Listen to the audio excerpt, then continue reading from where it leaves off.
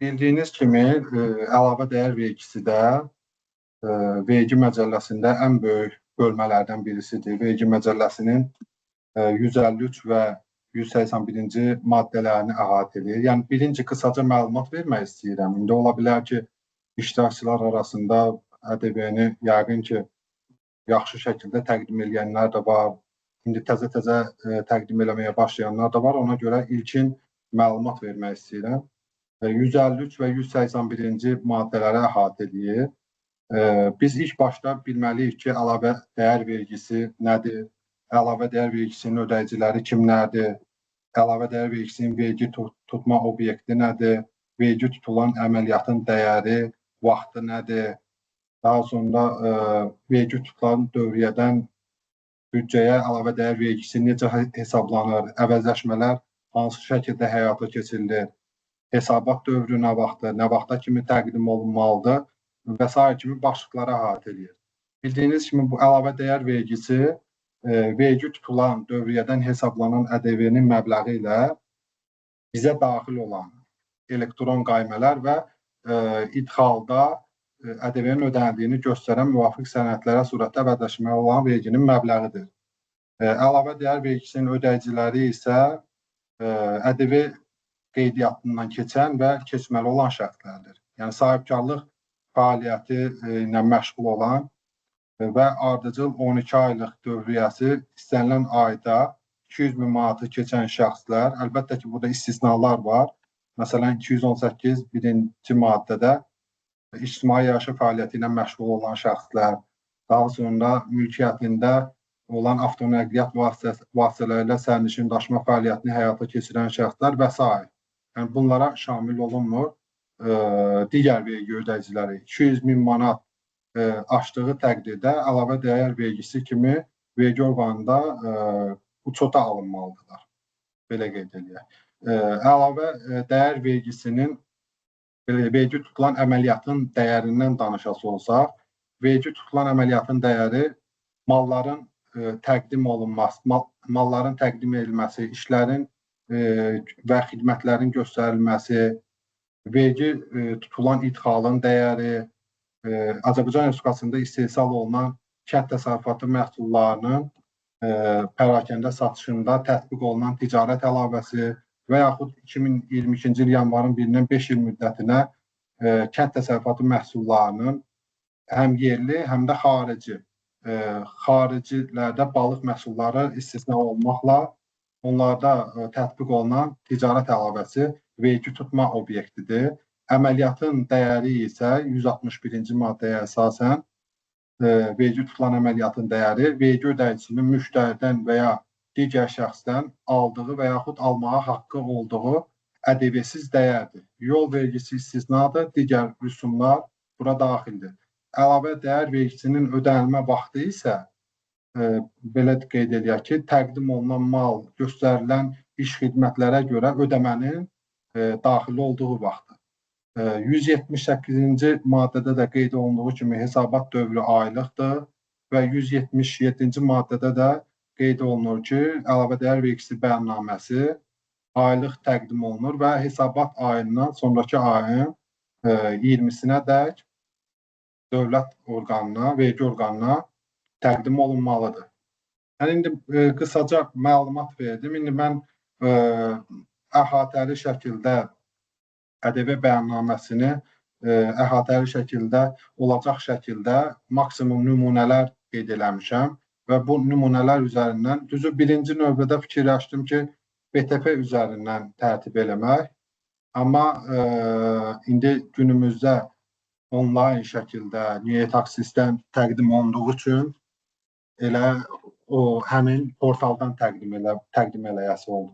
Nəyə görə BTP fikirləşdim? Bu NÜETAX sistemdə bəzən ümumi xətalar olur, yazdığımız məlumatlar sıfırlanır. Yəni bu tipli hallara görə inşallah indi bizim bu bəyannaməni doldurarkən o tipli problemlərlə belə deyək, qarşılaşmarıq. Mən nümunə hazırlamışam, qeyd elədiyim kimi. Deməli, fərz eləyək ki, vergi ödəyicisi Alfa MMC-dir. Həm topdan fəaliyyətlə məşğuldur, həm də pərakəndə. ticarət fəaliyyəti və xidmət fəaliyyəti göstərir. Bu alfa MMC həm 18% dərəcəyə cəlb olunan əməliyyatlarla məşğuldur, yəni təqdim olunması həm 0%, həm də ƏDV-dən azad. İndi fərz eləyək ki, iyul ayının ƏDV bəyannaməsini tərtib edirik. Və burada not olaraq da düşmüşəm ki, yəqin ki, ekranı görürsünüz, paylaşmışam. İyun ayının sonuna debitor qalıqlar 18% üzrə 80 mindir, ƏDV-dən azad 35 min, 0%-ə cəlb olunan 0 manatdır.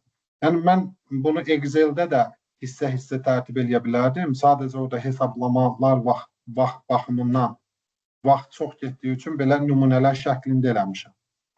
Və qeyd olaraq da düşmüşük ki, burada qeyd olunan məbləğlərə ƏDV daxil deyil. Bu ödəmələr hissəsində ƏDV-nin də ona əsas məbləğə uyğun ödənildiyi nəzərdə tutulub. Və indi diqqətinizi çəksə, ƏDV-dən azad mal iş xidmətdə təqdim eləyir. Orada 175 4-cü maddədə qeyd olunur da, həmin hissə uçotun ayrı-ayrılıqda aparılması və ya aparılmaması. Əksər müəssisələrdə uçot ayrı-ayrılıqda aparılmadığına görə elə o nümunə üzərindən davam edəcəyik. İndi iyul ayının ərzində baş vermiş əməliyyatlar üzərindən hərəkət edək. Mən bunu belə qeyd edeyim. Bəyannamədə ardıcıllığa uyğun nümunəni hazırlamışam. Deməli, bildiyiniz kimi iyul ayı ƏDV bəyannaməsi təqdim olunur və buradan biz hansı məlumatları dolduracaqsa, həmin hissələrə klik eləyəsik ki, həmin məlumatları doldura bilək. Bu 5 xana özü avtomatik. Biz seçsək də, seçməsək də daim aktiv qalır. İndi bizdə nümunəmizdə əldə olunmuş yük gömrük bəyannamələri var. Əvəzləşdirmə üçün qaymələr var, əlavə 1-də yer alır. Kənd təsərrüfatı məhsulları ilə bağlı nümunə yoxdur. Bura zaten kənd təsərrüfatı məhsulların alış aktı, elektron qaymə, yük gömrük bəyannaməsi əsasında giriş məlumatlarını əks etdiririk burada və təqdim olunmaları. Bunun özünün təqdim olunması da zaten belə deyək, əlavə 5-də ƏDV-dən azad əməliyyatlar hissəsində əks olunur. 0% dərəcə ilə cəlb olunan var, ƏDV-dən azad əməliyyatlar var. Bu, əvvəlki illərdən qalan kreditor borclarla bağlıdır. Bununla bizim işimiz yoxdur, yəni bunun üzərində nümunə hal-hazırda yoxdur. Qeyri-rezidentlə bağlı vergi məcəlləsinin 169-cu maddəsinə istinad edilərək bir nümunə var. Və bu isə 0% dərəcə cəlb olma haqqında sertifikatla bağlıdır. Bildiyiniz kimi, vergi məcəlləsinin 165-ci maddəsi 0% dərəcəyə cəlb olmadan bəhs edir. Əgər hər hansı qarşı şirkət, xüsusən də bu hasilatın pay bölgüsü, əsas neft boru kəməri haqqında və digər bu qəbildən olan sazişlər haqqında əməliyyatlar çərçivəsində tətbiq olunur. Və biz qarşı şirkətdən 0% dərəcəyə cəlb olunma haqqında sertifikatını istəyirik. Bunu da seçək, bunu da göstərərik. İndi biz başlayaq əməliyyatlarımıza. Birinci növbədə əldə olunmuş, gördünüz, buradan artıq məlumatlar, tamam, belə davam eləyək. Əldə olunmuş yük gömrük bəyannamələri.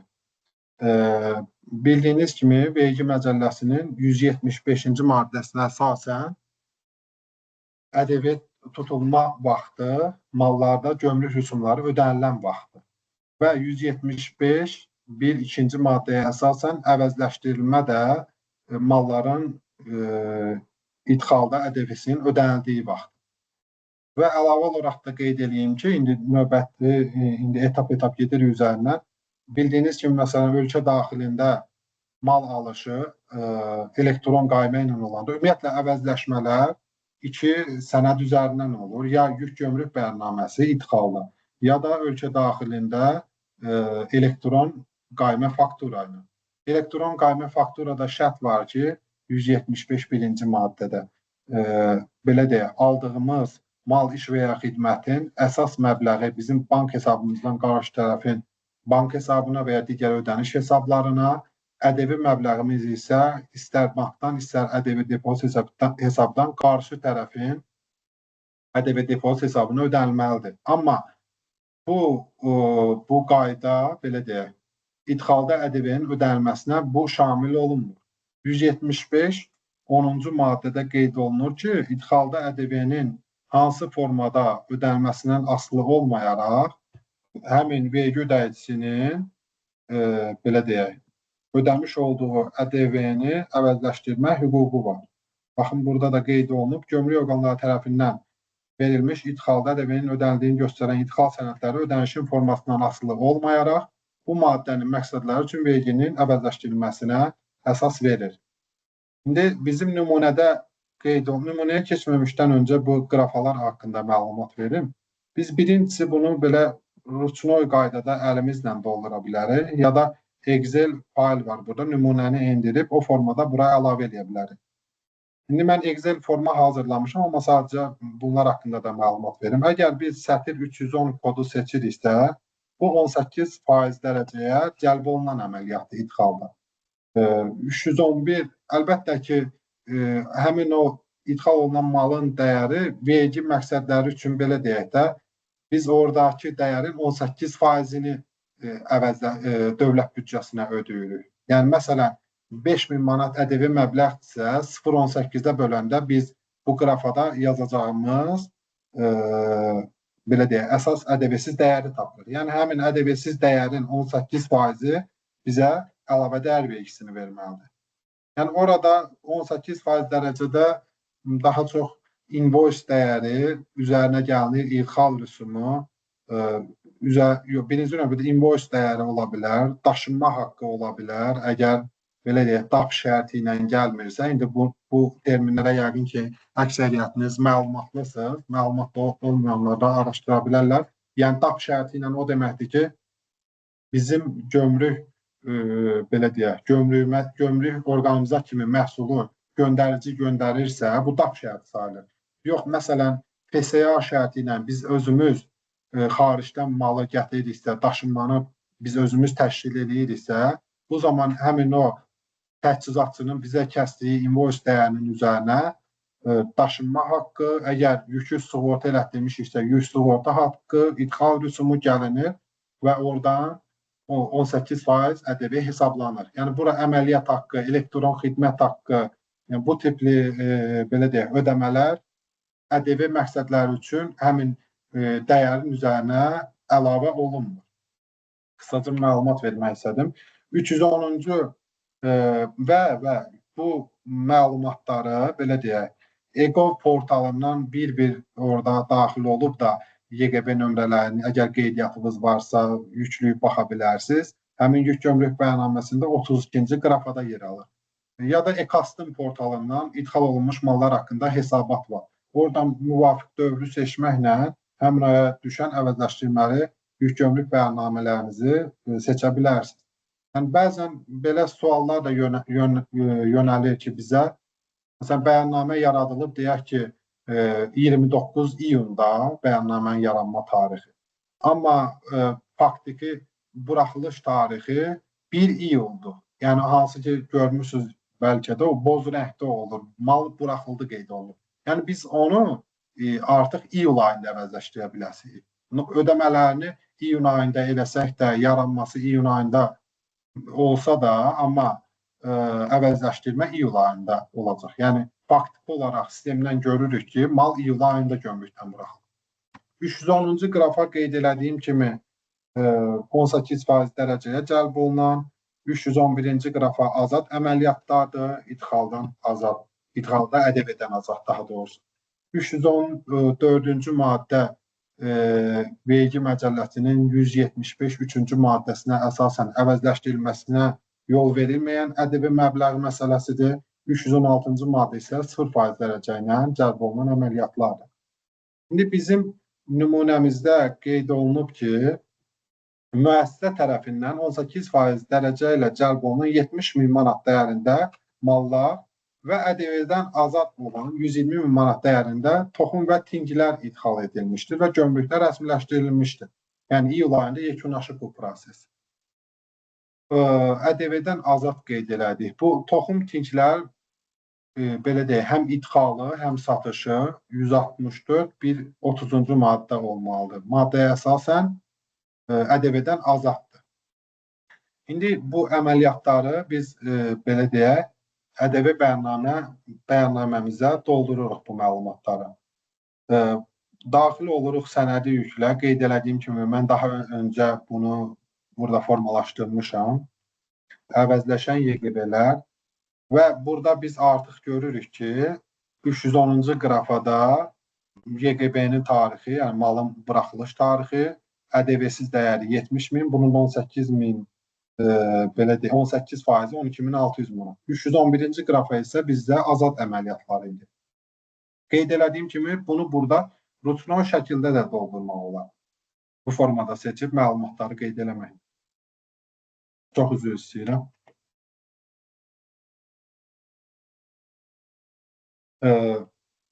311-ci qrafa isə qeyd elədik ki, ƏDV-dən azad toxum və tinklər idxal eləyib. Ona görə də onu 311-ci qrafada qeyd edirik. Bəzən praktikada görmüşük ki, mühasiblər elə ancaq 18% ƏDV-yə cəlb olunan əməliyyatı burada qeyd edir. Amma ƏDV-dən azad mallarda əvəzləşmə olmasa belə, düz bu vergi öhdəliyinin artmasına və ya azalmasına təsir göstərmir. Amma vergi orqanının, vergi qanunvericiliyinin tələbidir ki, bu idxal haqqında da məlumatlar burada öz əksini tapsın. Və artıq fikir versəz, nə qədərdir bizdə? 12.600 manat əvəzləşdirilən ƏDV-miz var. Və bayaq qeyd elədiyimiz kimi, ödənişin formasından asılı olmayaraq 175-10-cu maddəyə əsasən bizim bu ƏDV məbləğini əvəzləşdirmək hüququmuz var. Yəni biz gəlib əvəzləşdirilən ƏDV hissəsinə görsək, burada doldurduğumuz məlumatlar avtomatik gəlir burada 310-cu qrafada öz əksini tapır.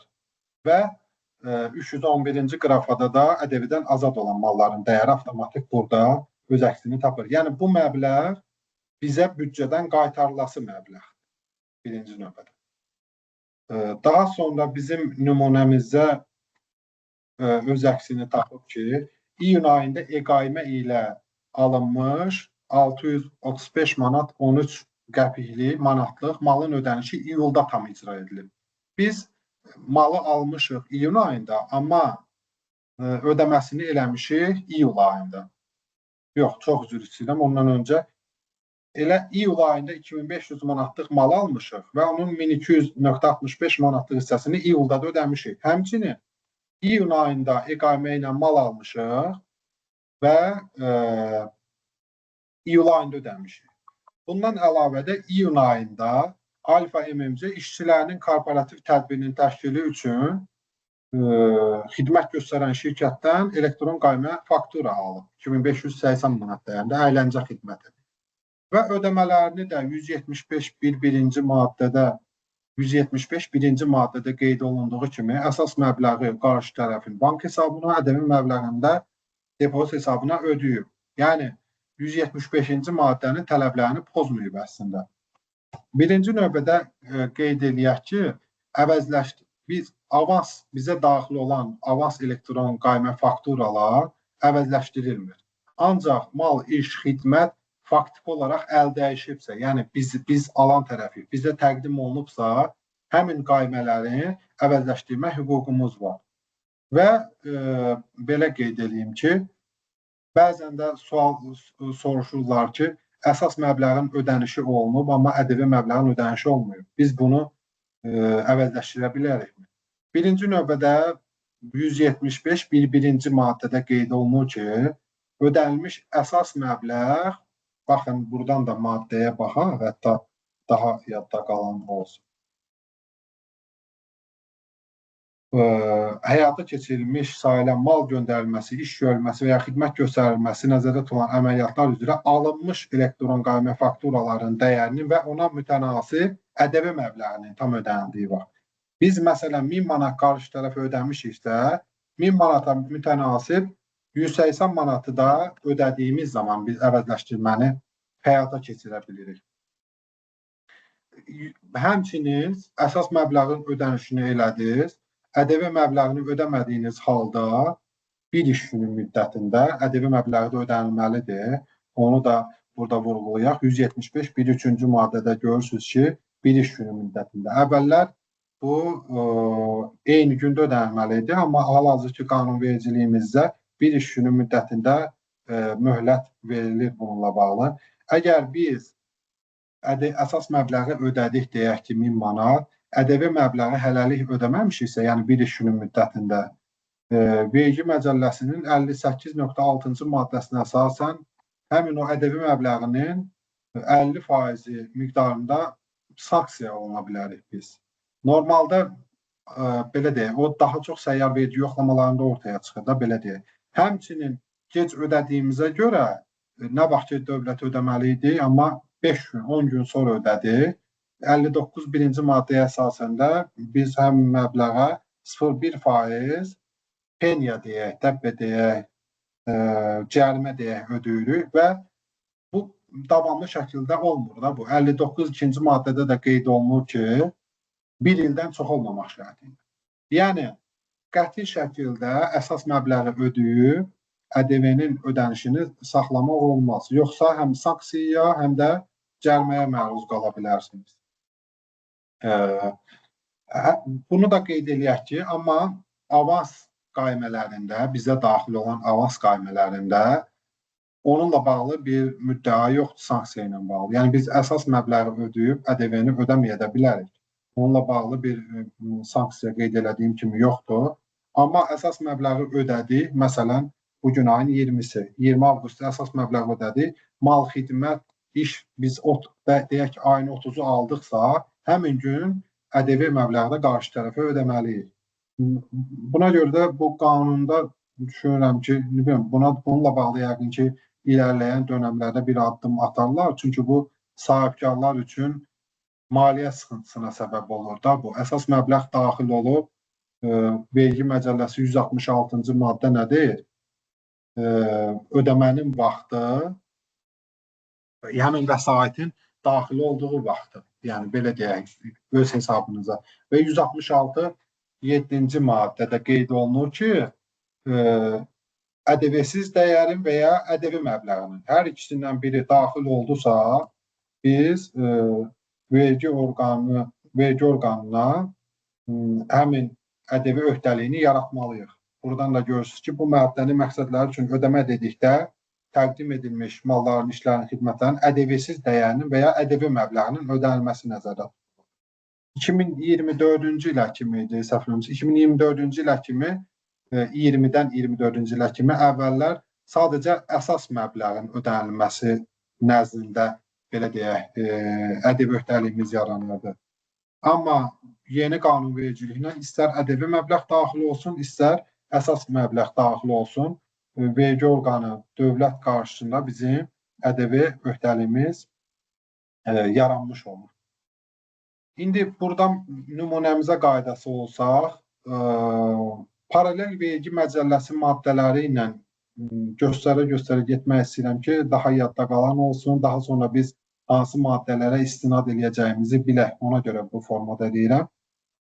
Dedik ki, iyul ayında 2500-lük qaymalıb, 1200-ünü ödəyib və yuxarıda da qeyd eləmişdik ki, mütənasib ƏDV məbləğlərinin də ödənildiyini fərz edirik. 1200 manat ƏDV-sini ödəyib, 1200 əsas məbləğin ƏDV-sini də ödəyib, həmçinin 635 manatın ƏDV-sini də ödəyib. Və burada incə bir nüans var ki, iyun ayında korporativ, belə deyək də, əyləncə xidməti alıb.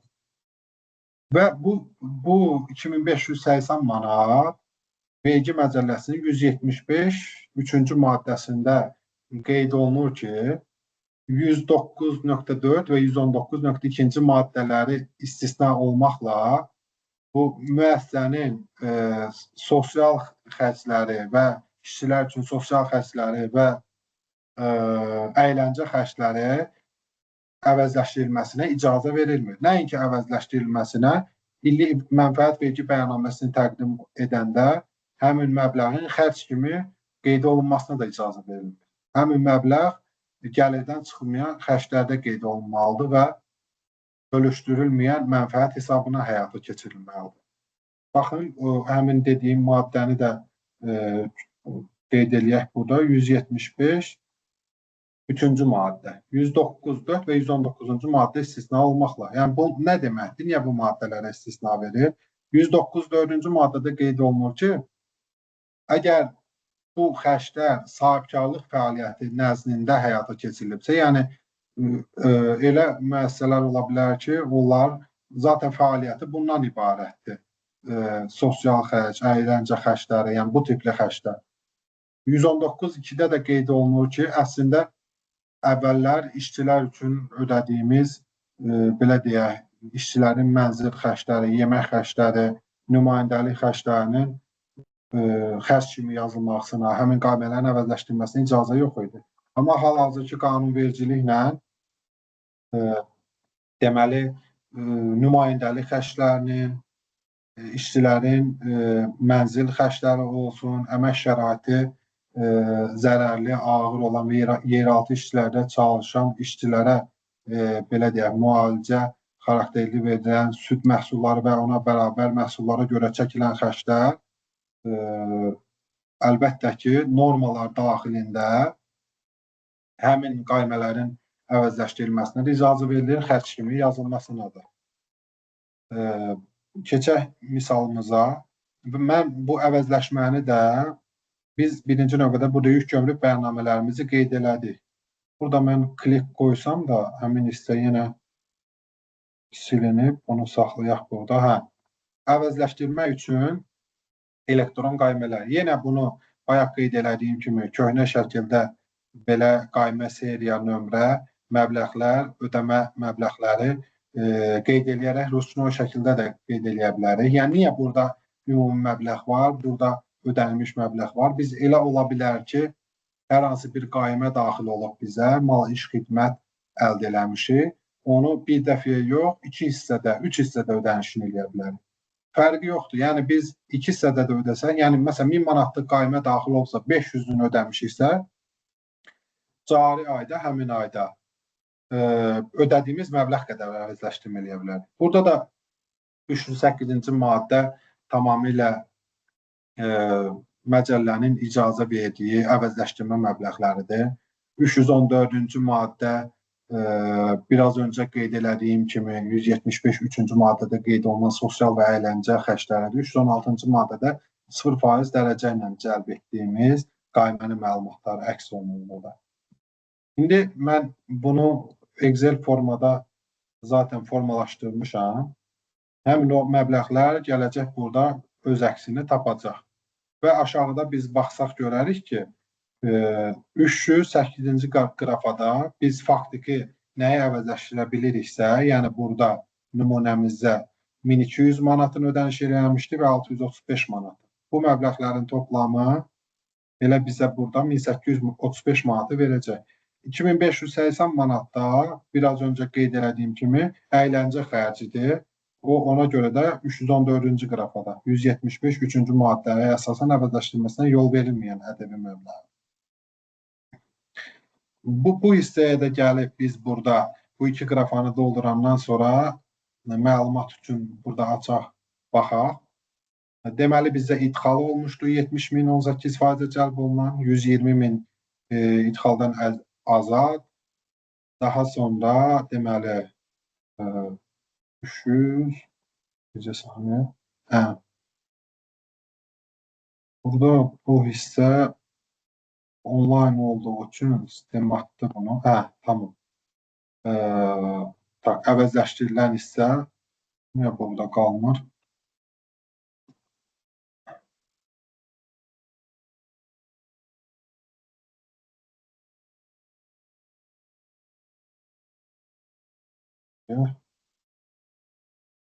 Belə gedək görək. Bizim deməli 308-ci qrafada əvəzləşdirmək hüququmuz olduğu məbləğ öz əksini tapıb və 314-cü qrafada əvəzləşdirməsinə yol verilməyən ədəbi məbləğ öz əksini tapdı. Daha sonra biz gəlirik təqdim olunmalara. Bunu hissə bölmüşəm elektron qaymə ilə ƏDV-dən azad formada və 0% dərəcə ilə cəlb olunan əməliyyat. Elektron qaymə ilə iyul ayında 100.000 manat dəyərində mal təqdim edilmiş və bu satışdan 70.000 manat ödəniş bank hesabımıza daxil olmuşdur. Bildiyiniz kimi 2020-ci ildə vergi məcəlləsində əsaslı dəyişiklik oldu. 2020-ci ilə kimi ödəniş daxil oldu, olmadı, təqdim olunmuş qaymələrin dəyərindən hesablanırdı əlavə dəyər vergisi. Amma hal-hazırda daxil olan məbləğ üzərindən hesablanır. Yəni bu məbləğin ƏDV-si də yuxarıda qeyd etdiyim kimi daxil olub hesabımıza. Daxil olmasa belə biz öhdəlik yaratmaq məcburiyyətindəyik. 166-7-ci maddəyə əsasən.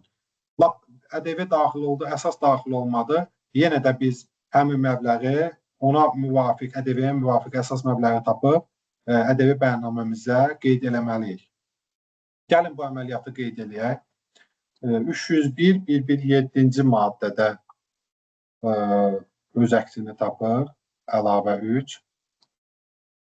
Deməli, bizim 18% cəlb olunan əməliyyatlarımız əlavə 3-də, əlavə 4-də bizdə öz əksini tapır 0%, əlavə bunları da işarətləyək. Əlavə işarətləmişdik əslində. Əlavə 5-də azad əməliyyatlarımız öz əksini tapır. Deməli, ƏDV tutulan və tutulmayan əməliyyatlar.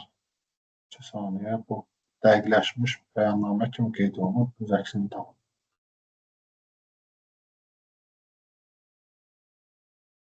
Tak.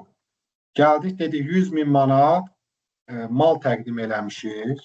Bunu biz ƏDV bəyannaməmizdə təqdim edilmiş mal iş xidmətlərin dəyərində nəzərə alırıq və onun qarşılığında 70.000 manat bizə vəsait daxil olub. Yəni, ƏDV öhdəliyimiz bizim bu hissədən formalaşır, daxil olmuş məbləğ üzrə.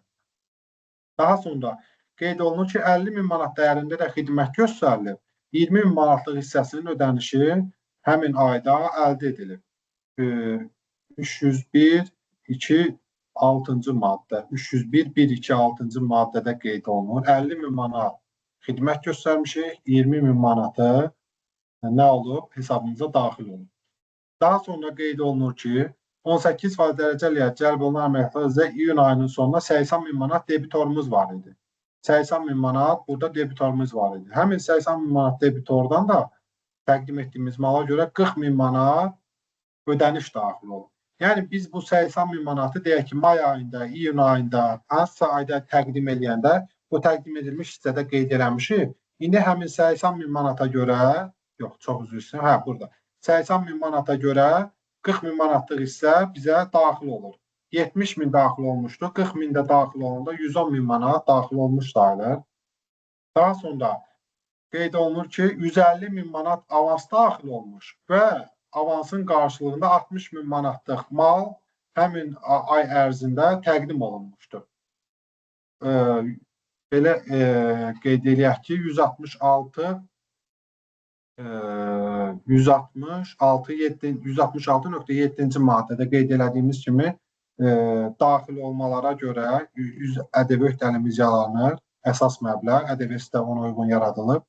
150.000 manatdan 60.000 manatı həmin ayda nə olub? Təqdim olunub. Onu da 301.118-ci qrafada təqdim ediləcək malların hesabına əvvəlcədən alınmış ödənişlərimizdə əks elətdiririk. Amma nəzərinizdə olsun ki, avans ödənişləri ilə bağlı əməliyyatlar bizdə debitor borclar hissəsində öz əksini tapmayacaq. Bunu biraz sonra biz görəsirik. Daha sonra pərakəndə ticarət qaydasında 47.200 manatlıq ƏDV daxil mal təqdim edib. Biz bunun Z hesabatından görə bilərik, kassa aparatında. Orada ƏDV daxil qeyd olunur. Həmin məbləği biz 1.18-ə bölüb ƏDV-siz dəyərini tapmalıyıq. Şimdi biz burada qeyd eləmişik 40.000 manat ƏDV-siz dəyəri. Deməli 40.000 manatda pərakəndə şəkildə satmışıq. Ona görə bu olacaq bizdə 140.000 manat və bu məbləğdə 150.000 manat. Nağd qaydada satdığımıza görə həmin məbləğ hesabımıza daxil olur. Daha sonra qeyd olunur ki, Azərbaycanda nümayəndəliyi olmayan Gürcüstan rezidentinə qeyri-rezident şəxs sayılır da bu. Ona məxsus yük avtomobili Alfa MMC tərəfindən Azərbaycan ərazisində təmin edilmiş və qarşı tərəfə 8.000 manatlıq invoice təqdim olunmuş, həmin ayda da ödənişini eləmişdir. Yəni biz qarşı tərəfə artıq bu qeyri-rezident olduğu üçün burada elektron qaymədən söhbət gedə bilməz. Biz qarşı tərəflə aramızdakı müqaviləni bağlayırıq, qarşı tərəfə invoice təqdim edirik və görülmüş işlər üzrə akt təqdim edirik. Həmin sənədlər əsasında qarşı tərəf bizə nə edir? Ödənişimizi həyata keçirir, 8.000 manat. Və 168.1-2-ci maddədə qeyd olunur ki, yəni 168-ci maddə nədir? İşlərin göstərdiyi və xidmətlərin görüldüyü yer məsələsidir. Yəni, əlavə dəyər vergisi Azərbaycan hüdudları daxilində yaranır. Ona görə həmin maddə var ki, iş, xidmət və ya təqdim olunma, iş, xidmət daha doğrusu 167 malların təqdim edildiyi yerdir, 168 işlərin, xidmətlərin göstərildiyi yer. Əgər orada qeyd olunur ki, bu xidmət daşınan əmlakla bağlıdırsa, yük avtomobili də daşınan əmlakdır, xidmətlərin göstərildiyi yer əsas götürülür. Yəni, xidmət harada göstərilib? Azərbaycanda. Bunu da maddə dedik, 168.1-2-ci maddə. İşlərin faktiki, xidmətlərin faktiki göstərildiyi yer üzrə. Yəni, bu 8.000 manat üzrə qarşı tərəfə də biz ƏDV-lik göndərəsiyik və ƏDV bəyannaməmizə öhdəlik yaradasıyıq. 8.000 manat iş xidmət 50.000 göstərmişdik, 58.000 manat olur və bu məbləğdə daxil olduğuna görə 28.000 manat olmuş olur. Daha sonra Alfa MMC tərəfindən bazar dəyəri 10.000 manat olan mallar digər şəxslərə əvəzsiz qaydada təqdim olunur. 159.4-cü maddədə qeyd olunur ki, əvəzsiz qaydada təqdim olunan mallar da nədir? ƏDV-yə cəlb olunan əməliyyat sayılır. Bununla bağlı bizim ƏDV bəyannaməmizdə də xüsusi qrafa var zaten. Çoxdur burada qrafalar. Bunların hamısına düzü baxmağa nəinki bir gün, yəni ki, bir ay ərzində gərək maddələrlə bu araşdırıla baxılır. Ona görə biz nümunə üzərindən gedirik. 10.000 manatlıq dedik, əvəzsiz qaydada mal təqdim olunub, bəyannaməmizə əlavə 3-də də qeyd olunub və təqdim edildiyi gün əvəzsiz qaydada bizim 10.000 manat ƏDV öhdəliyimiz dövlət qarşısında yaranır. 159.4-cü maddəyə əsasən. Baxın, maddə üzərindən də gedək onu biz. Vergi ödəyicisinin haqqı ödənilməklə və ya əvəzsiz qaydada öz işçilərinə və ya digər şəxslərə mal verməsi, iş görməsi və xidmət göstərilməsi, belə barter əməliyyatı nə sayılır? Vergi tutulan əməliyyat sayılır. Biz də onu vergi tutulan əməliyyat kimi özümüzə tanıdıq. Daha sonra deyir ki, iyul ayında baş vermiş yanğın fövqəladə hal nəticəsində ambarda olan 15.000 manatlıq mal tamamilə məhv olmuşdur. Yəni, bu fövqəladə hal bununla bağlı təsdiq arayışı vermişdir və silinmə aktları ilə bu rəsmiləşdirilmişdir. 159.5-ci maddədə qeyd olunur ki, fövqəladə hal nəticəsində və ya təbii, belə deyək, itkilərdən əmələ gələn xarab olmalar, zay olmalar, əksik gəlmələr ƏDV-yə cəlb olunmayan əməliyyatdır. 159.5-ci maddədə öz əksini tapır. Bunlara istisna verir. Fövqəladə hal, təbii ki, normalar daxilində zay olma və s. Amma malların itməsi normal qaydada, əksik gəlməsi, xarab olması və s. ƏDV tutulan əməliyyat əslində. Bizdə fövqəladə hal nəticəsində olur. Ona görə də bu 15.000 manat bizdə ƏDV-yə cəlb olmayan əməliyyat olacaq. Həmin əməliyyatda əlavə 3-də qeyd olunur. Hissə 2-də ƏDV tutulan əməliyyat sayılmayan dövrə. Görürsünüz, burada 159.5-ci maddə. 15.000 manat. Bu 15.000 manat bizdə heç bir öhdəlik yaratmayacaq. Əlavə 3-nə işimiz qutardı. Təqdim olunmalardan indi 0% dərəcəli əməliyyatlarımıza nəzər salaq. Mən eləyirəm, bu məlumatlar silinməz.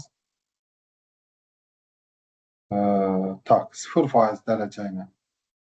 0% dərəcədə nə deyir?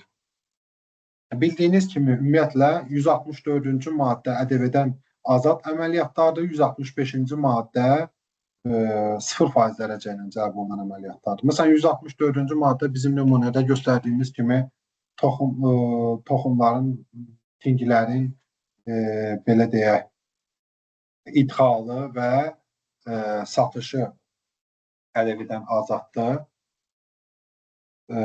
Daha sonra ola bilər, gübrələrin idxalı satışı ola bilər, heyvan və quş ətlərinin satışı ola bilər, buğdanın idxalı satışı ola bilər, buğda unu və çörəyin istehsalı və satışı ola bilər, qızıl və gümüşün satışı ola bilər, kənd təsərrüfatı məhsullarını istehsalçıları tərəfindən özlərinin təqdim etmələri ola bilər və s.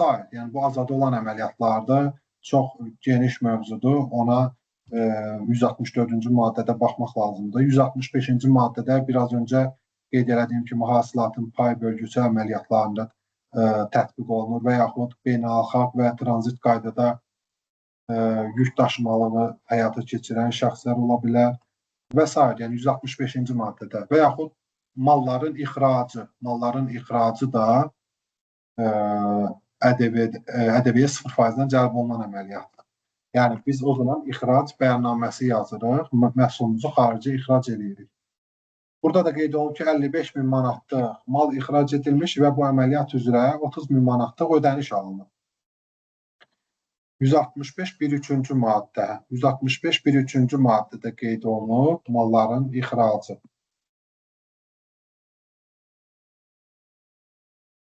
Göstərilən malların və 168.1.5-də biraz öncə qeyd elədiyimiz işlərin, xidmətlərin göstərildiyi yer məsələsi.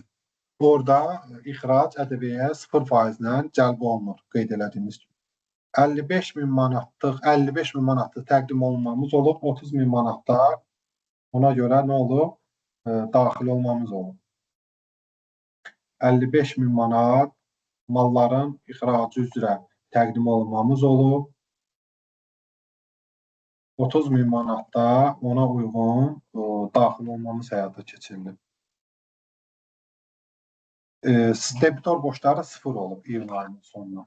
Əlavə üstə bir şey unutdum, indi ona geri qayıdacağım. Birinci əlavə 4-də qeyd eləyək. Bu 55.000 əməliyyat aşağıda pərakəndədirsə pərakəndə, topdansa topdan hissədə qeyd olunmalıdır. Bizə topdan şəkildə ixrac olunub və 30.000 manatda nə olub? Daxil olmamız olub. Bunu bu hissədə qeyd eləyirik. Əlavə 3-də bu hissəni unutmuşduq. Deməli, əlavə 3-də biz qeyd elədik ki, bizdə ancaq 40.000 manat nə olub? Pərakəndə qaydada olub. Qalan hissə isə topdan şəkildə həyata keçirilib. Ona görə də biz 40.000 manatı gəlirik burada pərakəndə hissədə qeyd eləyirik. Qalan məbləği isə deməli qeyd eləyirik topdan hissədə. 268.000-dən 40.000 hissəni çıxsaq 228.000 manat topdan təqdim olunmamız olub. Deməli 298.000 manatda nə olub? Daxil olmamız olmuşdur. Yəni bu məlumatları burada da qeyd eləmək lazımdır.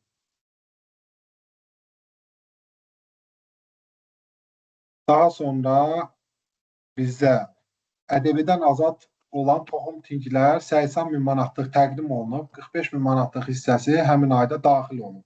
Həmçinin iyun ayının sonunda olan debitor borcdan 35.000 manat bizə daxil olub.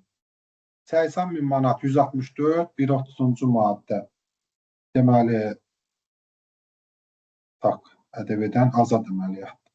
164, 130-cu maddədə gəlirik. Biz qeyd edirik ki, 80.000 manat təqdim olunmamız olub, 45.000 buna görə daxil olub, 35.000 də əvvəlki ayda. Yəni 80.000 manatda daxil olmamız olub. Və sonra qeyd edirik ki, 25.000 manatda avans ödənişi alınıb, amma mallar təqdim olunmamışdır. Onu da gəlirik bu hissədə təqdim edilməmiş mal iş xidmətlərə görə alınmış avans ödənişlərimizdə qeyd edirik. 25.000 manat. Və bu məbləğləri də əlavə 3 və əlavə 4-də qeyd elədiyimiz kimi aşağıda topdan və pərakəndə hissədə göstəririk. 80.000 təqdim olunma, 105.000 manatı isə daxil olma olmuşdur. Bunu da bu hissədə qeyd elədik.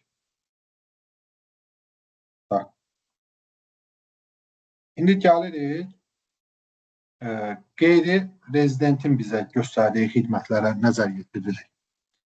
Deməli, vergi məcəlləsinin 169-cu maddəsində qeyd olunur. Qeyri-rezidentlərin əməliyyatlarına görə ƏDV-yə cəlb olunma. Yəni, qeyri-rezidentin nümayəndəliyi yoxdursa Azərbaycanda, onun ƏDV öhdəliklərini biz vergi agenti olaraq biz həyata keçiririk. Və 175-ci maddədə də qeyd olunur ki, qeyri-rezidentə görə ödədiyimiz ƏDV məbləği, çox üzr istəyirəm,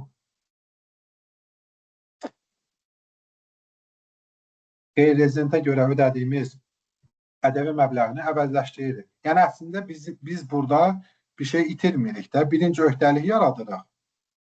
Daha sonra əvəzləşdirib onu büdcədən nə edirik? Geri alırıq. Yəni, artıq ödəmə kimi bizim şəxsi vərəqəmizdə qalmış olur. Burada 2 dənə nüans qeyd olunub. İyun ayında Rusiyada yerləşən Azərbaycanda nümayəndəliyi olmayan qeyri-rezidentdən 10.000 manatlıq aidiyyəti xidmət alınıb. Elə iyul ayında da ödənib. Həmçinin iyun ayında alınan, çox üzr istəyirəm, iyun ayında alınıb, iyulda ödənib 10.000 manat. İyul ayında isə Türkiyədən alınıb konsalting xidməti 20.000 manat. 10.000 manatı nə olub? Ödənişə həyata keçirilir. Gəlin bu əməliyyatları biz ƏDV bəyannaməmizdə əks elətdirək. Qeyri-rezidentin büdcəyə ödədiyi ƏDV məbləğləri. Yox, bu hissədə biz deməli əvəzləşdirmə əməliyyatını qeyd eləyəsinik. Hal-hazırda çox üzr istəyirəm. Bir dənə bunu yaddaşa yazım, daha sonra təkrar açım. Çünki bir də görürüz məlumatlar itir. Bircə saniyə.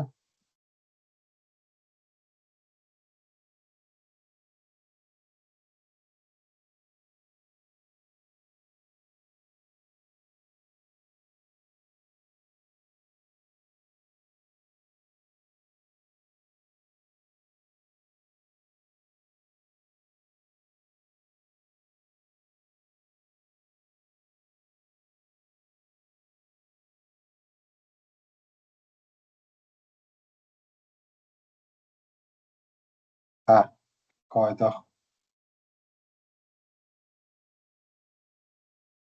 Ekranı görürsünüz yəqin ki. Deməli, hesabat dövründəki dövriyyə üzrə əməliyyatlara hal-hazırda burada qeyd eləyəsinik biz qeyri-rezidentdən aldığımız xidmətə görə ƏDV-nin formalaşmasını. Deməli, dedik ki, iyun ayında Rusiyada yerləşən Azərbaycanda nümayəndəliyi olmayan qeyri-rezidentdən 10.000 manatlıq aidiyyəti xidmət alınıb, iyul ayında da ödənilmişdir.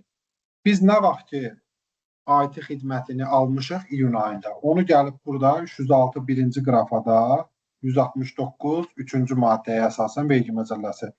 Burada təqdim edilmiş hissədə qeyd eləmişik iyun ayında. İyulda təkrar yazmağa ehtiyac yoxdur. Biz iyulda qarşı tərəfə ödənişini eləmişik 10.000 manat. Fikir versək, burada 10.000 manat yazan kimi bizim ƏDV öhdəliyimiz yaranacaq. 1800 manat. Həmçinin Türkiyədən konsalting xidmət alınıb 20.000 manat, 10.000 manatı isə ödənişə həyata keçirilib. 20.000 manat iyul ayında alındığı üçün xidmət, onu biz təqdim olunmada da qeyd eləməliyik. 10.000 manat ödəniş də daxil olduğu üçün, daxil olmuşda da, yəni toplam olacaq 20.000 manat. 3600 manat bu əməliyyata görə iyul ayında bizdə büdcə qarşısında öhdəliyimiz yaranacaq.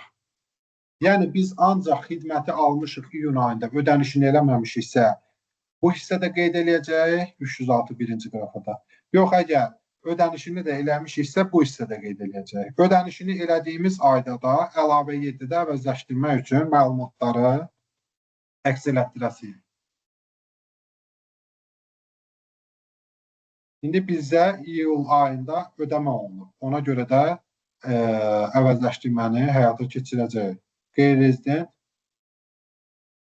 büdcəyə ödədiyi ƏDV məbləğləri barədə məlumat vermək lazımdır. Yəni, rezident olduğu ölkə Rusiya dedik birinci.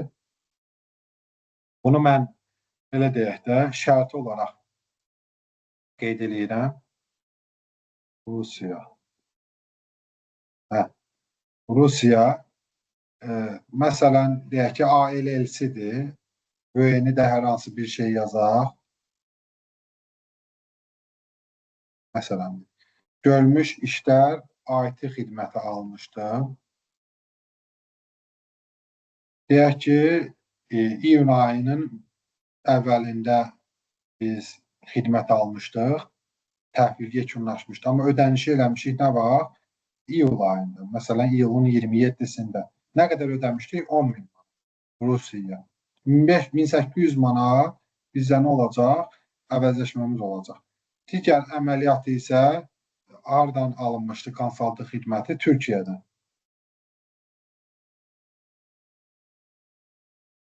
Almışıq. Bu da olsun deyək B LLC. Bu yeni də hər hansı bir şey qeyd eləyək. Konsaltın xidməti almışıq iyul ayında. Ödənişi də eləmişik. Fərz eləyək ki, elə iyulun 28-də. Nə qədər ödəmişik? 10 min manat. 20 min manat almışdıq. 10 min manatın ödənişini həyata keçirmişdik.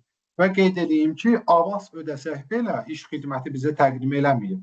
Avans ödəsək belə 169-cu maddəyə baxsaz, bizim yenə də ƏDV öhdəliyimiz yaranmış olur büdcə qarşısında. Yəni, biraz öncəki 306 birinci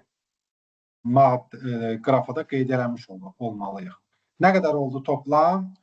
3600 manat. Gəlsə, indi biz əvəzləşdirilən vergidə baxsaq, fikir versək, gördünüzmü? 169 4-cü maddəyə əsasən, 169 3-də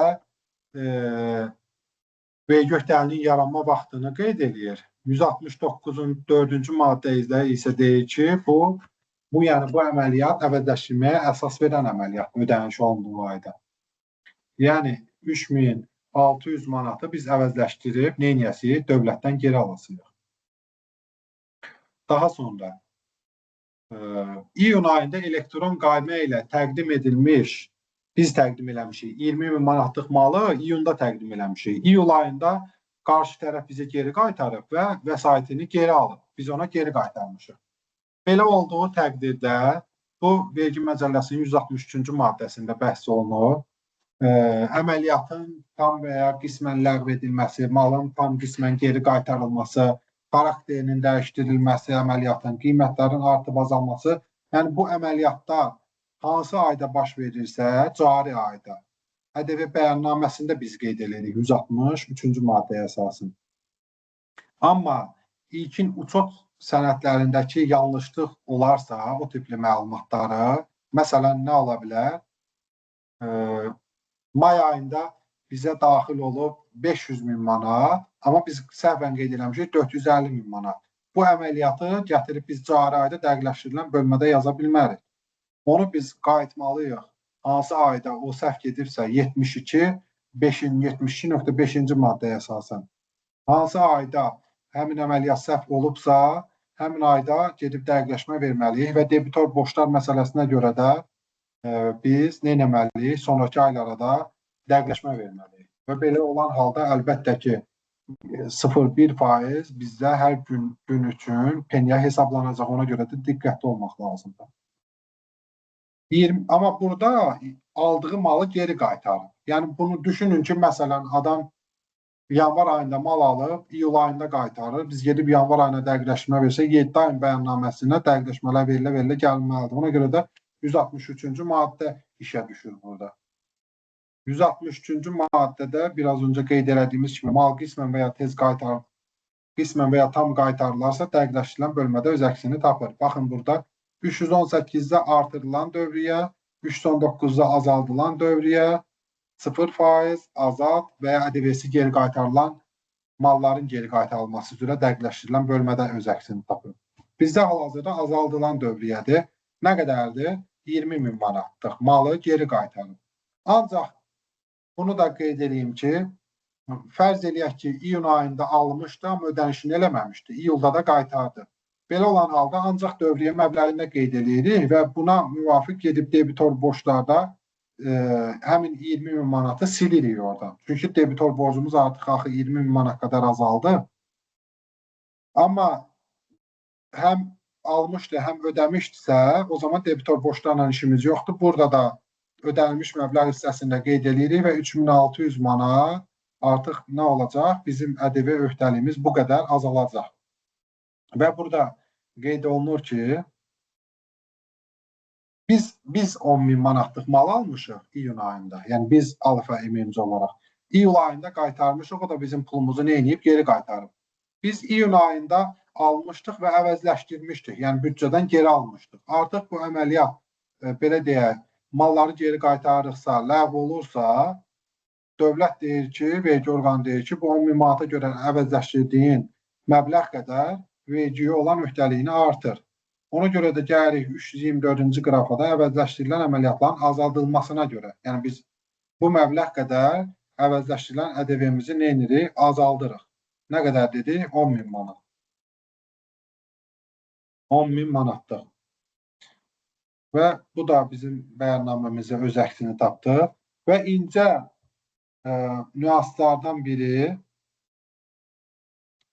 vergi məcəlləsinin deməli 175-4-cü maddəsində qeyd olunur ki, əgər vergi ödəyicisi 18% dərəcə ilə cəlb olunan 0% dərəcə ilə və eyni zamanda ƏDV-dən azad əməliyyatlarla məşğuldursa, o uçotu da ayrı-ayrılıqda aparmırsa, əldə etdiyi qaymələrə və ya yük gömrük bəyannamələrinə əsasən ödəmiş olduğu ƏDV məbləğini tam şəkildə əvəzləşdirə bilməz.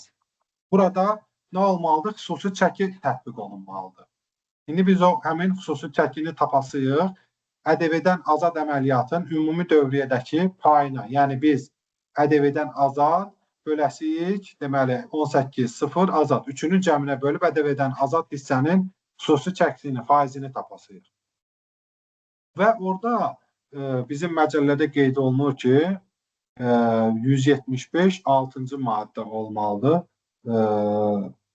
səhv eləmirəmsə. Ancaq ƏDV-dən azad əməliyyatlarla məşğul oluruqsa, baxaq da elə burada. 175-6 ƏDV-dən azad olmalıdır, 175-7-də 0% dərəcə. Ancaq ƏDV-dən azad və ƏDV-yə cəlb eləməyən əməliyyatlar həyata keçiririksə, bizim əldə etdiyimiz qaymələri əvəzləşdirmə hüququmuz yoxdur. Amma 0% dərəcə ilə qarşı tərəfə mal, iş, xidmət təqdim ediriksə, həmin bizə daxil olan qaymələri nədir? Əvəzləşdirmə hüququmuz var. Yəni, burada çox vaxtı qarışdırırlar ki, ƏDV-dən 18, ƏDV 0% təqdim edirəmsə, deməli, xüsusi çəki formalaşır. Yox, bu belə deyil əslində. Ancaq ƏDV-dən azad əməliyyatlar da sizin əməliyyatlarınızın içində varsa, xüsusi çəki tətbiq olunur. Yəni, siz ƏDV-dən 18, ƏDV-yə 0% cəlb olunan əməliyyatlarla məşğulsunuzsa, burada xüsusi çəki tətbiq eləməyə ehtiyac yoxdur. Bizim nümunəmizdə də hər üç əməliyyat üzrə proses baş verib. Ona görə də biz burada neyniyəsik? Xüsusi çəkini tətbiq edəcəyik. Əvəzləşdirilən bölmə 175-4-cü maddəyə əsasən. Deməli, bu məbləğ yenə düşmədi bura. Burada bizim qeyd elədiyimiz bayaq 20.000 manat var idi. Hansı ki, qeyri-rezidentdən xidmət almışdıq. 20.000 manatda ödəmə eləmişdik. Bircə saniyə görək bu. Buradakı məlumatlarda. Bircə saniyə. 20.000, 10.000 manatda əvəzləşməmiz olmuşdur. Görək burada məlumatlar qaldı.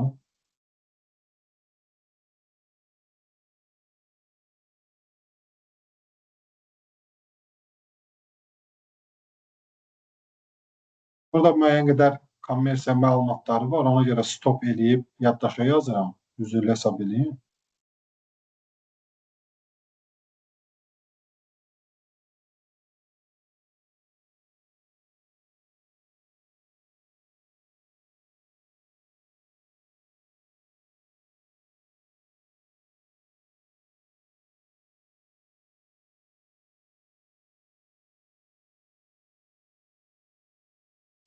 Deməli, qayıtdıq yenə həmin hissəyə, xüsusi çəki məsələsinə.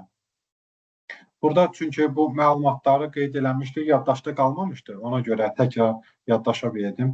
20.000 manat və dəqiqləşdirilən bölməni doldurmuşduq. İndi gəlirik biz əvəzləşdirilən hissəyə. Bu məbləğ yenə bura düşmədi.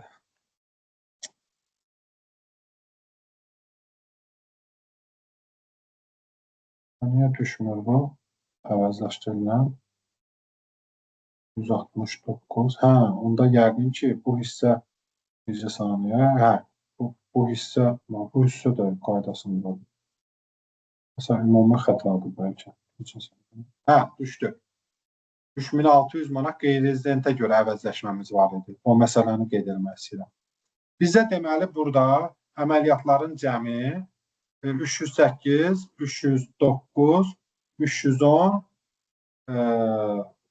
311 və 312-ci qrafaları özündə əks elətdirir. Bizdə deməli, biz burada nə tapmışdıq xüsusi çəkidə? Baxmışdıq ki, bizim ƏDV-dən azad əməliyyatlarımız, yəni 80 mini bölsək ümumi əməliyyatların cəminə, yəni ƏDV-dən azad 0 və ya 18% əməliyyatlar cəmi burada formalaşır. Bu cəmi 80 mini bu cəmə böləndə alırıq ki, ƏDV-dən azad əməliyyatlar ümumi əməliyyatlar içərisində payı nə qədər olur? 19,85%. Və indi bu nisbəti yadda saxlayırıq. Gəlirik.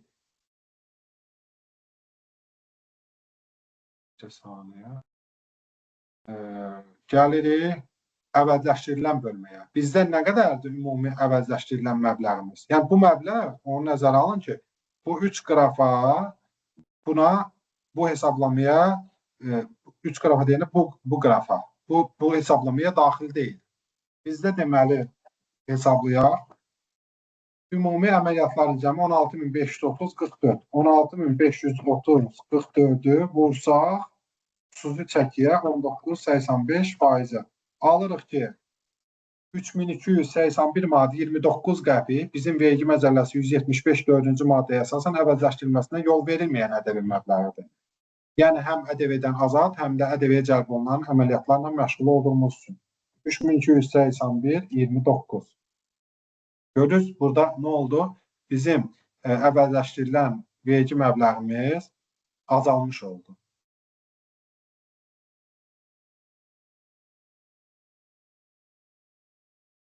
Deməli, bu əməliyyatlar üzrə yekunda bizim dövlət büdcəsinə 49.390,85 manatlıq ƏDV öhdəliyimiz yaranacaq. Bir dənə burada bu hissəni də qeyd edək, debitor borclar məsələsi. Deməli, bizdə dövrün əvvəlinə debitor borclar necə idi? 80.000 manat 18% ilə, 35.000 azad, 0% ilə olmuyor. 80.000 18% ilə, 35.000 də azad olub iyulun əvvəlinə. 0% ilə debitor borcumuz olmuyor. Burada görürsünüz, həm 18, həm 0, həm azad əməliyyatlar var. Bu aşağıdakı hissə isə 2020-ci ildən əvvəlki debitor borcları əhatə edir. Hansı ki, bayaq mən qeyd elədim ki, 2020-ci ildən əvvəl bizə ödəniş daxil olmadan da təqdim etmələrimizə görə 18% ƏDV öhdəliyimiz yaranırdı dövlət büdcəsinə. İndi ola bilər ki, hansısa şirkətin 2020-ci ildən, 20-ci ildən əvvəldən debitor borcu daxil oldu. Bu zaman biz onu artıq gətirib ya burada, ya əlavə 3-də qeyd eləməyəsirik. Əlavə 3-də biz qeyd eləsək nə olacaq? 2 qat öhdəliyimiz yaranacaq. Bunu zaten biz 2020-ci ilə kimi dövlət ödəmişik. Ona görə də məsələn 50.000 manat daxil olsa, burada dövrün əvvəlində məbləğ yoxdur da, 100.000 manatdır. 50.000 daxil olsa 50.000-i gəlib sadəcə burada qeyd eləyəcək və bu 50.000-ə görə bizdə heç bir öhdəlik yaranmayacaq. Bizdə deməli daxil oluruq əlavə 3-ə. Əlavə 3-də nə qədər təqdim olunmamız olur? Burada əvvəlsiz təqdim olunmanı debitor borclara yazmayasıyıq və avans ödənişlərini debitor borclarda əks elətdirməyəsiyik. Bu niyə? 60.000 manat aldığımız avans qarşılığında təqdim eləmişik də, debitor borcu zaten yaranmıyor. Ümumi nə qədər olur? Bizdə 268.000 manat. Ondan biz 10.000 və 60.000 manat. 70.000 manatı çıxsaq, nə olacaq? 198.000 manat deməli debitor borcumuz yaranıb cari ayda. Silinməmiz isə olub 338-dən çıxasıyıq biz nə qədər? 160.000. Çıx 160.000. Yəni burada 10.000-i nəzərə almayasıyıq və 150.000 manat avans məbləği. Amma digər hissələr, görülmüş işlər, mal təqdim olunmaları, bunları nəzərə alasıyıq. Bizdə deməli debitor borclar yaranıb nə qədər? silinməsi olub 178 min manat. Bizim dövrün sonuna 18% dərəcə ilə cəlb olan əməliyyatlar üzrə 100 min manat debitor borcumuz qalıb. Gəlirik ƏDV-dən sıfır əməliyyatlar üzrə 55 min təqdim olunma olub, 30 min də daxil olub. Burada avans məsələsi yoxdur. 55 min manat 0% təqdim olunma olub. 30 min manatda nə olub? 55 min təqdim olunma, 30 min də silinmə. Və ƏDV-dən azad üzrə isə 80 min təqdim olunma, 105 min daxil olma və bu 105 min, 25 mini nə olub? Avans şəklində daxil olub bizə. Onu qeyd eləməyəsinik. Ancaq 80 min deməli təqdim olunmada, 80 min də silinmədə qeyd eləyəsinik. Yəni bizim iyul ayının sonuna 160 min manat debitor borcumuz mövcuddur və bunun tərkib hissələri aşağıdakı kimi öz əksini tapır. Yoldaşlar, mənim bəhs eləyəcəyim mövzu zənnimcə bu qədərdir. Hər hansı bir hissə ilə bağlı suallarınız varsa baxmağa çalışaq bəyannaməyə. Yəni qeyd elədiyim mövzularla bağlı da belə ƏDV bəyannaməsi bildiyiniz kimi geniş mövzudur. Elə nüanslar ola bilər ki, indi burada cavablandırılmasın nəsə bir situasiya. Amma bu qeyd elədiklərimiz mövzularla bağlı hardasa sizə qaranlıq qalan və ya əksini düşündüyünüz hissə varsa bildirə bilərsiniz. İndi mən səsi açacağım. Sualı olanlar zəhmət olmasa sualını verə bilər.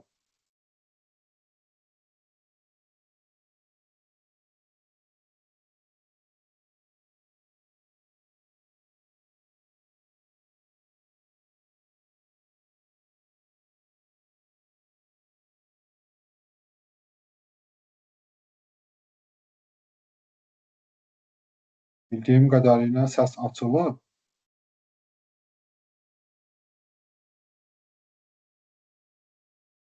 Salam aleyküm, axşamınız xeyir olsun müəllim. Dərs üçün təşəkkür edirəm. Axşamınız xeyir olsun. Buyurun, xoşdur. Deməli nədir sualım? Sualım bundan ibarətdir ki, məsəl üçün kənd təsərrüfatı məhsullarının idxalı zamanı və yaxud da ki, ixrac zamanı bu ƏDV bəyannaməsində harda göstəriləcək? Biz onu burada qeyd eləyəsinik bircə saniyə. Gələk burada bunu seçməmişik. Kənd təsərrüfatı məhsullarının hərəkəti burada öz əksini tapır. Alınmış görürsünüz, burada elektron idxal məsələsi alış aktı ilə ola bilər, mal alına bilər, elektron qayma ilə ola bilər və idxal prosesi. Həmin cari ayda hansı əməliyyatlar olubsa, biz o həmin məlumatları burada doldurasıyıq. Təqdim olunmaları da bildiyiniz kimi Azərbaycan Respublikasında istehsal olunan kənd təsərrüfatı məhsullarının pərakəndə satışından deməli ƏDV ticarət əlavəsindən hesablanır. O məlumatlar burada öz əksini tapacaq. Belə qeyd eləyək, təqdim olunması. Həmçinin ƏDV-dən azad hissədə kənd təsərrüfatı məhsullarının təqdim olunması. Bir saniyə.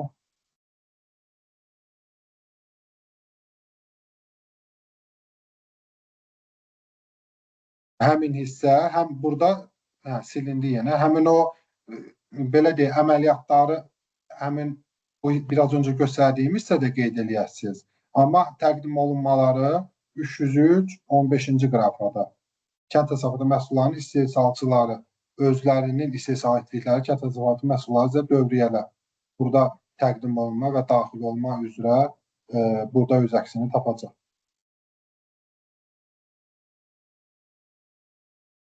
Aydındır. Təşəkkür edirəm. Buyurun, xoş. Başqa sualı olan varmı, yoxsa yekunlaşdıraq?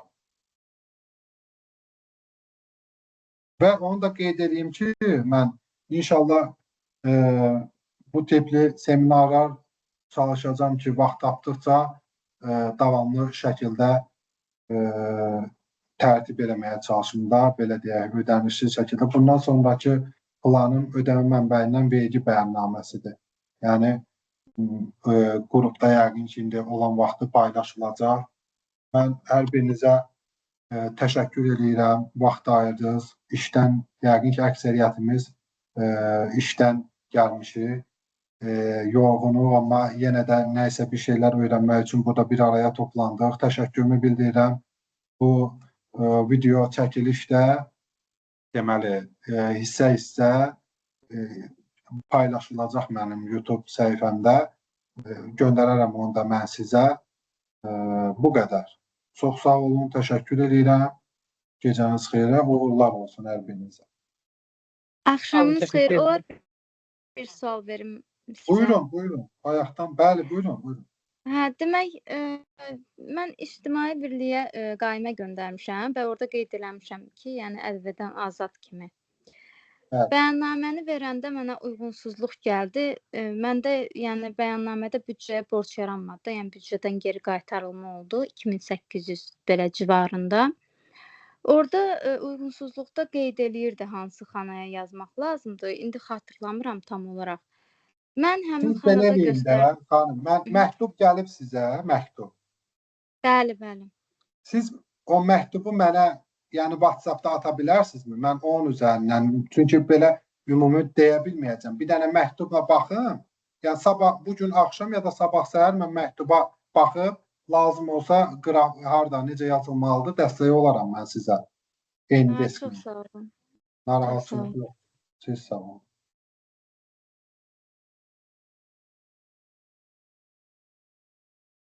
Təşəkkür edirəm hər birinizə. Sağ olun.